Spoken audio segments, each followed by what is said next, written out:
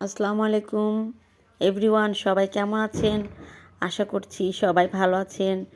আজকে আপনাদের জন্য আরও একটি নতুন ব্লগ নিয়ে হাজির হলাম। ফুলকপি তো সবার বাসাতেই থাকে।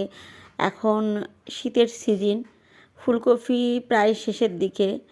তো এমনি ফুলকপি তো খেতে তেমন একটা ভালো লাগে না, সবজি তারপরে ভাজি ছাড়া। তো ফুলকপি একটু ব্যতিক্রমভাবে রান্না করলে সেটা একটু মজা লাগে খেতে। তো সেটাই চেষ্টা করছি যে একটু ব্যতিক্রমভাবে খাওয়া যায় নাকি। তবে এই রান্নাটা আমি এর আগে অনেকবার করেছি, আমার বাসায় ছেলে মেয়ে সবাই একটু খায়। ফুলকপিটা ওইভাবে খেতে চায় না, তবে একটু নতুনত্বভাবে করলে আসলে ভালো লাগে। ফুলকপিতে আমি যা যা মশলা দিতে হয় স্বাভাবিকভাবে, মানে মাংসের মশলাগুলো যেভাবে কষিয়ে দেয় সেভাবেই দিয়েছি। আমি ফুলকপিটা প্রথমে তেলে ভেজে নিয়ে তারপরে মশলার মধ্যে কষিয়ে আমি দিয়ে দিয়েছি ঢাকনা দিয়ে।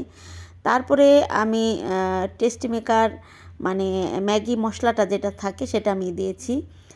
তারপরে আমি আমার ফ্রিজে আমি সরিষা বেটে রাখি, সেই সরিষাটা আমি তেল মানে পানির মধ্যে দিয়ে আমি গুলিয়ে নিয়েছি।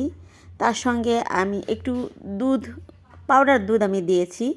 এই গ্রেভিটা আমি যেন আরও টেস্ট লাগে খেতে, এই জন্য আমি এটা দিয়েছি। তো এগুলো দিলে আসলে রান্নাটার স্বাদটা অনেক বেড়ে যায়, খেতেও অনেক মজা লাগে।